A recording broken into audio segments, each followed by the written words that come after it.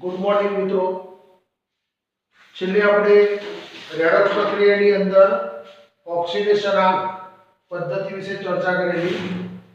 હવે આજે આપણે રેડોક્સ પ્રક્રિયાની અંદર પાર્ટ નંબર 2 અર્ધ પ્રક્રિયાઓ વિશે ચર્ચા કરીશું.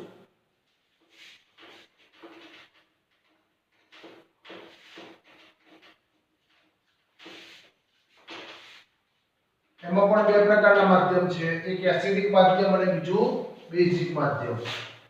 તો આજે આપણે અર્ધ પ્રક્રિયા વિશે ચર્ચા કરીશું.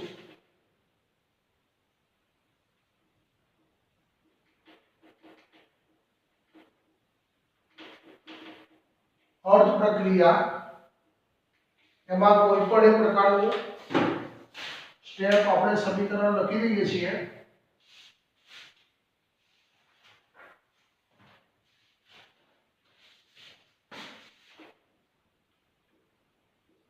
P4 વત્તા NO3 minus 1 gives PO4 minus 3 વત્તા NO2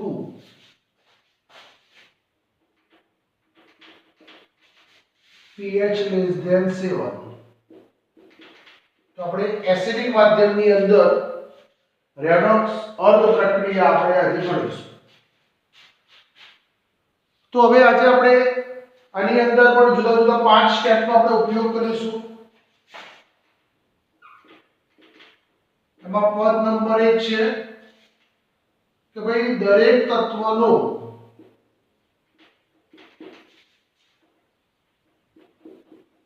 ઓક્સિડેશન આંક ગણી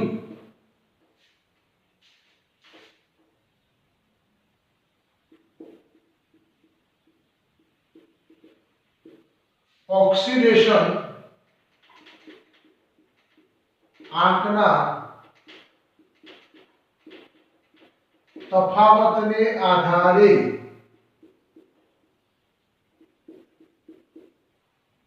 ઓક્સિડેશન અને રિડક્શન અર્ધ પ્રક્રિયા નક્કી કરતા. તો ભાઈ આપણે સમીકરણ લખી દઈએ. તો P4 વત્તા NO3 minus 1 give PO4 minus 3 વત્તા NO2. તો આપણા સમીકરણની અંદર પહેલું પદ શું કહે છે કે ભાઈ દરેક તત્વનો ઓક્સિડેશન આંક ગણતા. તો આપણે દરેક તત્વનો ઓક્સિડેશન આંક ગણી કાઢીએ તો જુઓ P4 અણુ છે માટે 0 થાય. NO3 માં 1 NO કેટલો થાય તો ગણતરી કરીએ. 1 ઓનો -2, 3 ઓના -6, પેલી બાજુ જાય તો +6, એમાંથી એક જાય તો +5. 1 ઓનો -2 PO4 માં પણ એ જ રીતે 1 ઓનો -2, 4 ઓના -8, પેલી બાજુ જાય તો +8 અને એમાંથી 3 જાય તો કેટલા થાય +5. 1 ઓનો -2, NO2 માં +4 અને ઓનો -2. હવે આપણે પહેલા 0 માંથી 5 થયા મતલબ વધારો, +5 માંથી +4 થયા મતલબ ઘટાડો, -2 માંથી -2 મતલબ ઓક્સિજનમાં કોઈ પણ પ્રકારનો ફેરફાર થતો નથી. તો હવે કોને ગણતરીમાં લઈશું? તો ફોસ્ફરસ અને નાઇટ્રોજનના તત્વને જ ગણતરીમાં લઈશું, બીજા કોઈ તત્વને ગણતરીમાં લેવાના નથી. તો ચલો હવે આપણે આગળ ગણીએ. તો પદ નંબર 2 જોઈએ. તો પહેલા આપણે હવે વધારો ઘટાડો નક્કી કર્યો. હવે શું કરીએ? ઓક્સિડેશન અને રિડક્શન નક્કી કરીએ. પછી જેનો વધારો થાય એનો ઓક્સિડેશન અર્ધ પ્રક્રિયા કહેવાય, જેનો ઘટાડો થાય એને આપણે રિડક્શન અર્ધ પ્રક્રિયા તરીકે ઓળખીશું. તો અહીંયા 0 માંથી 4 થયો મતલબ વધારો, વધારો થયો એટલે આપણે લખી દઈએ ભાઈ ઓક્સિડેશન અર્ધ પ્રક્રિયા. બીજી બાજુ લખી દઈએ ભાઈ રિડક્શન અર્ધ પ્રક્રિયા. રિડક્શન એટલે રી અર્ધ અડધી એટલે અને પ્રક્રિયા, ઓક્સિડેશન અર્ધ પ્રક્રિયા. ઓક્સિડેશન એટલે જેનો વધારો થતો હોય એ પદ. તો P4 માંથી PO4 -3 અને અહીંયા શું લખવાનું? ઘટાડો વાળી પ્રક્રિયા NO3 માંથી NO2. બે ભાગ પાડી દેવાના. એક બાજુ ઓક્સિડેશન અર્ધ પ્રક્રિયા જશે અને બીજી બાજુ શું જશે? રિડક્શન અર્ધ પ્રક્રિયા. ચલો હવે ભાગ પાડ્યા પછી આપણે વચ્ચેથી ભાગ પાડી દઈએ આ રીતે. હવે આપણે પદ નંબર 2 લખીએ. તો પહેલું અને બીજાનું પદ સરખું હતું. પહેલામાં પણ બીજું પદ શું હતું? દરેક તત્વનો ઓક્સિડેશનાંક દરેક તત્વો સંતુલિત કરી ફરીથી ઓક્સિડેશનાંક ગણતા. તો ચલો ગણી કાઢીએ.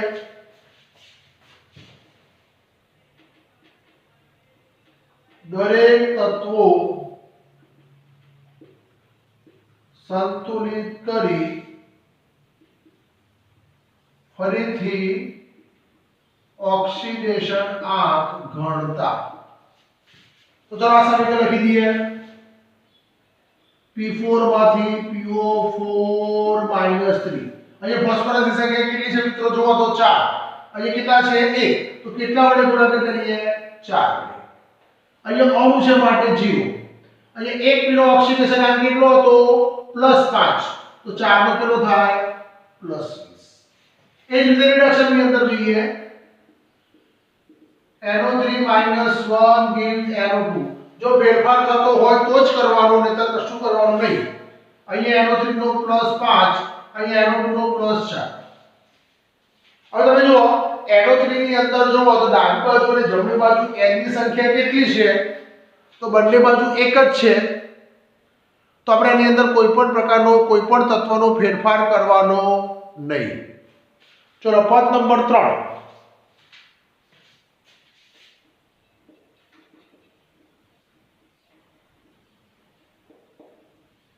ઓક્સિડેશન આંકના તફાવતને આધારે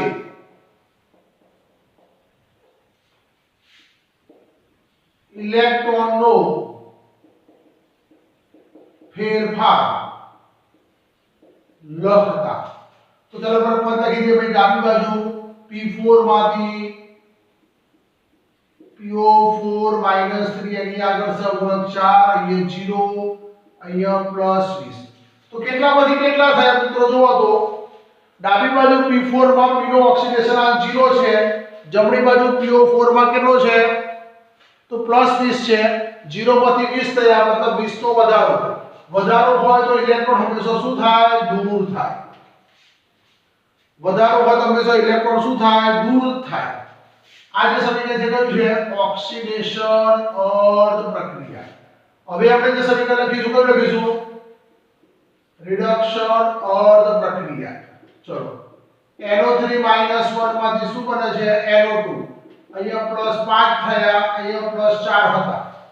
કેટલામાંથી કેટલા થયા? તો જોઈ લો 5 માંથી 4 થયા, મતલબ કેટલાનો ઘટાડો? 1 નો. તો હંમેશા ઘટાડો હોય ઇલેક્ટ્રોનનો શું કરવાનો? ઉમેરો. રિડક્શન ની અંદર હંમેશા ઇલેક્ટ્રોન ઉમેરો થાય. ઓક્સિડેશન માં હંમેશા ઇલેક્ટ્રોન શું થાય? દૂર થાય.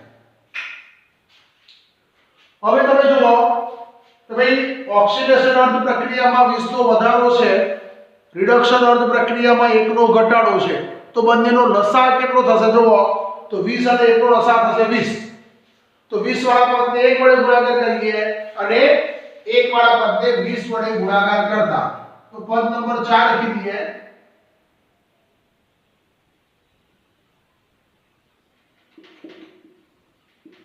ઓક્સિડેશન અર્ધ પ્રક્રિયા અને રિડક્શન અર્ધ પ્રક્રિયામાં ઇલેક્ટ્રોનનો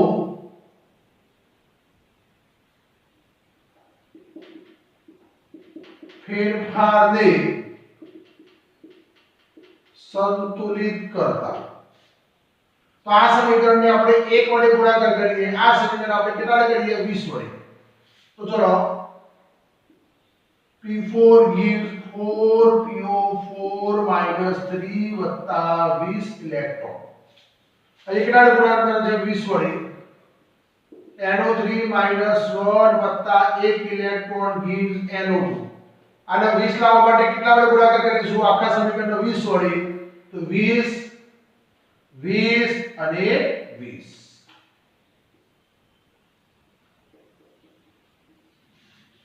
તો જો બંને સમીકરણની અંદર 20 ઇલેક્ટ્રોન સરખા થઈ ગયા એક વસ્તુ યાદ રાખવાની ઇલેક્ટ્રોનને સંતુલિત કરવા માટે આખા સમીકરણને જે તે સહગુણક વડે ગુણાકાર કરવો નહીતર જવાબ આવશે નહીં હવે પોઈન્ટ નંબર 5 કયું માધ્યમ છે એસિડિક માધ્યમ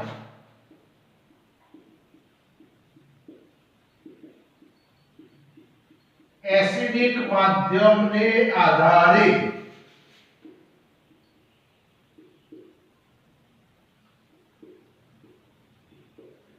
વીજભાર સંતુલિત કરી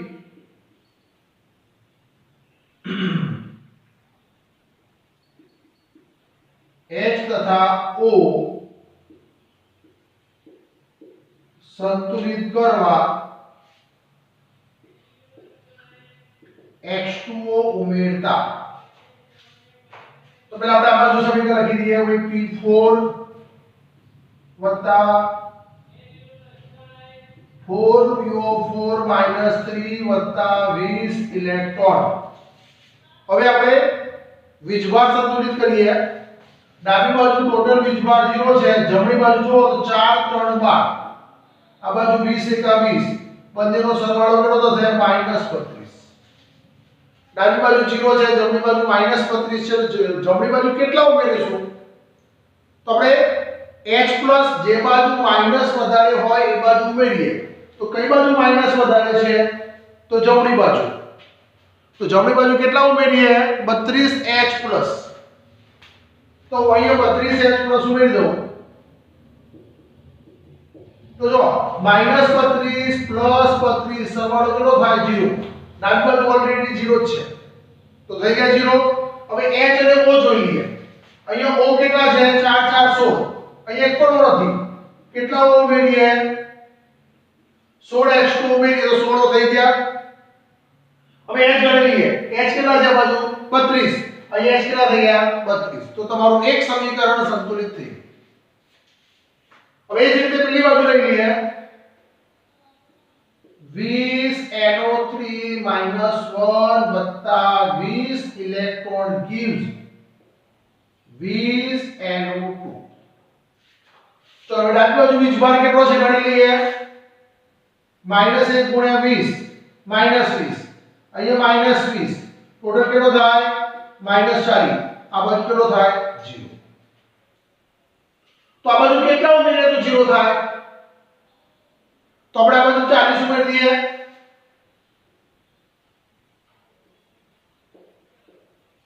40H+ ને ઉમેર્યા તો આ બાજુ -40 પેલી બાજુ +40 0 થઈ ગયો સરવાળો ચલો હવે આપણે જોઈએ O કેટલા છે ડાબી બાજુ તો 20 3 60 અહીંયા કેટલા છે 20 * 40 કેટલા O ખૂટ્યા જુઓ તો 20 ખૂટ્યા તો 20H2 ઉમેરી દે આ બાજુ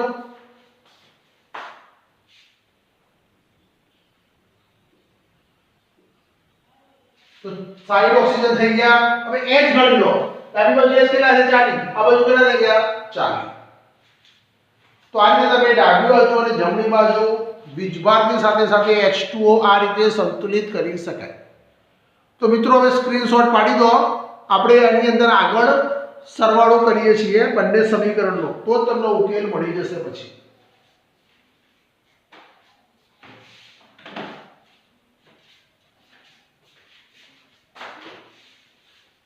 ચલો હવે આપણે બંને સમીકરણનો શું કરીશું સરવાળો કરીશું તો ચલો સરવાળો કેવી રીતે થાય તે આપણે જોઈ લઈએ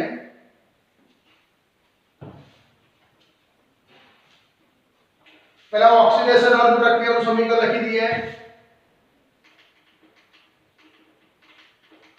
P4 + 16H2O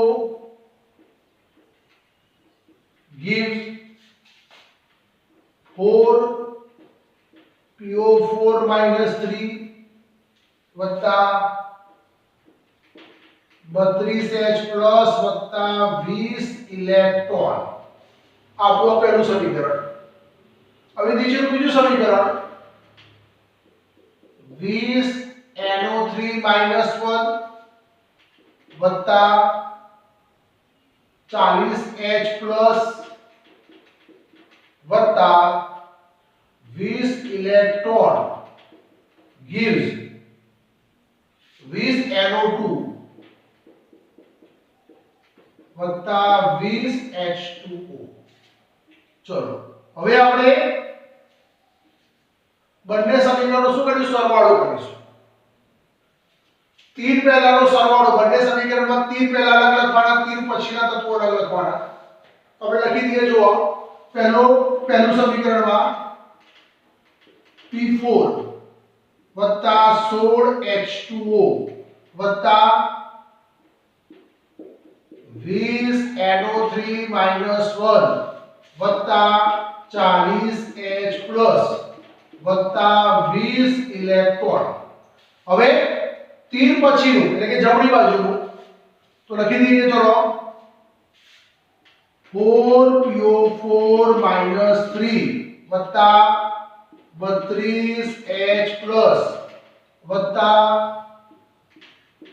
20 ઇલેક્ટ્રોન વત્તા 20NO2 વત્તા 20H2O. બંને સમીકરણો શું કરીએ? સરવાળો કરીએ. તો જે સરખો હોય ઉડાડી દેવાનો. આ સરવાળો કરી દીધો. હવે સરખા કાઢી નાખવાના. તો ચલો અહીંયા આ બાજુ P4, જમણી બાજુ એક પણ નથી, તો આપણે લખી દીધા P4. ચલો 20NO3 -1 જો જમણી બાજુ કોઈ બી નથી એટલે લખી દઈએ. હવે 20NO3 -1. ચલો આ લખાઈ ગયું. ચલો હવે જોઈએ. ચલો હવે આ બાજુ કેટલા H2O છે? 16.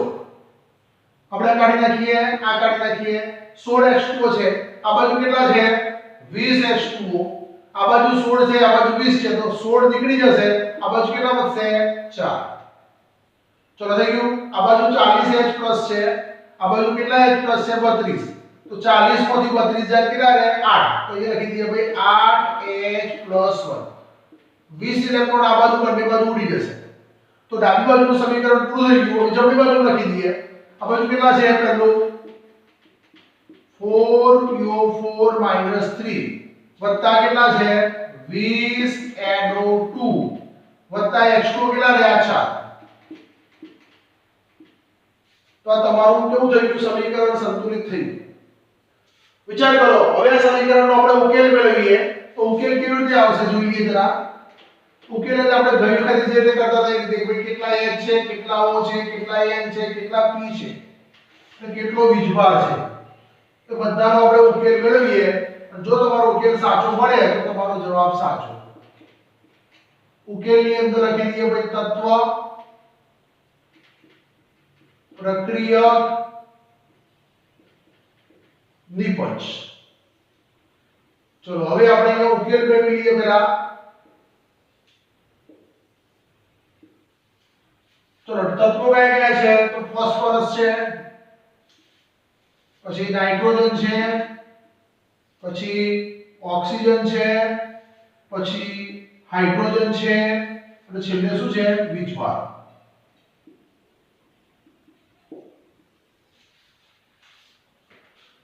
હવે તમે ગણો કે ડાબી બાજુ કેટલા ફોસ્ફરસ છે? ગણી લો.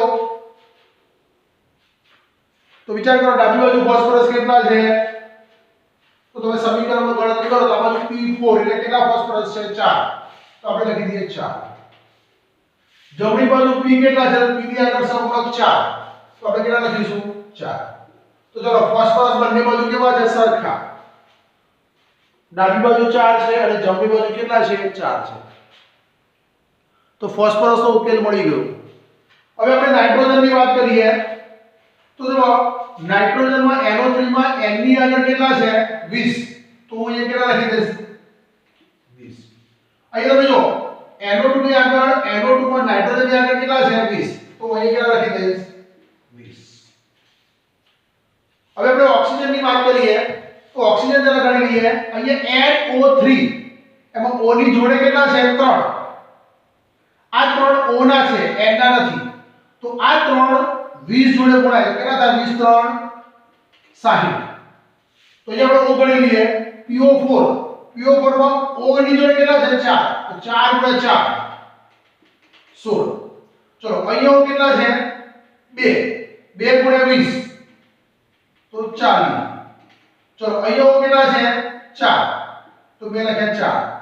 तो 40 तो 4 44 तो 6 50 10 60. तो ये हो कितना થઈ ગયા? 60. ये कितना हो થઈ ગયા? 60. तो ये લખી દઈએ O ઓક્સિજન 60. અહીંયા લખી દઈએ 60. ચલો હવે આમાં જો H કેટલા છે ગણી લો. X ની આગળ 8 છે.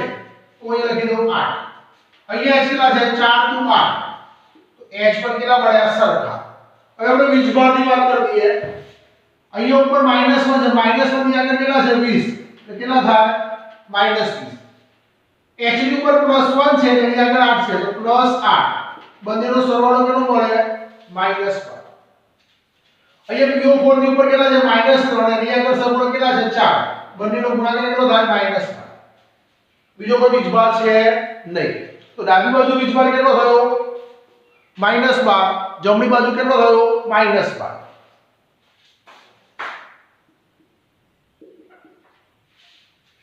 તો ડાબી બાજુ અને જમણી બાજુ બંનેનો વીજભાર કેવો થઈ ગયો? સરખો થઈ ગયો. તો આપણે ઉકેલ જોઈ લો. ઉકેલની અંદર જુઓ તો પ્રક્રિયક બાજુ ફોસ્ફરસ કેટલા છે? 4. નિપજ બાજુ 4.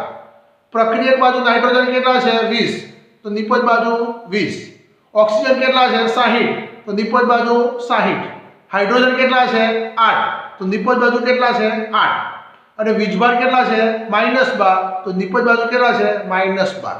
તો ડાબી બાજુ અને જમણી બાજુ બધા જ તત્વો અને વીજભાર જો સરખા આવે તો તમારી રેડોક્સ પ્રક્રિયા સાચી.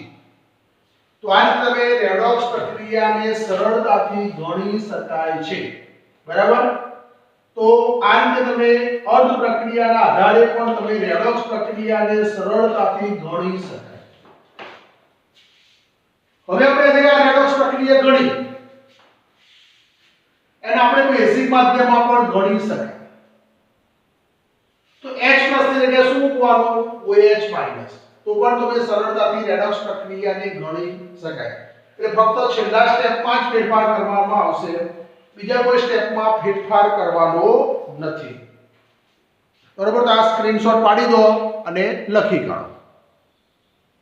આવી આપણે ઘણી બધી પ્રકારની રેડોક્સ પ્રક્રિયાઓ ગણવાની રહેશે, જેની હું PDF ફાઇલ મોકલીશ. એમાંથી તમારે રેડોક્સ પ્રક્રિયા ગણ્યા કરવાની. બરાબર?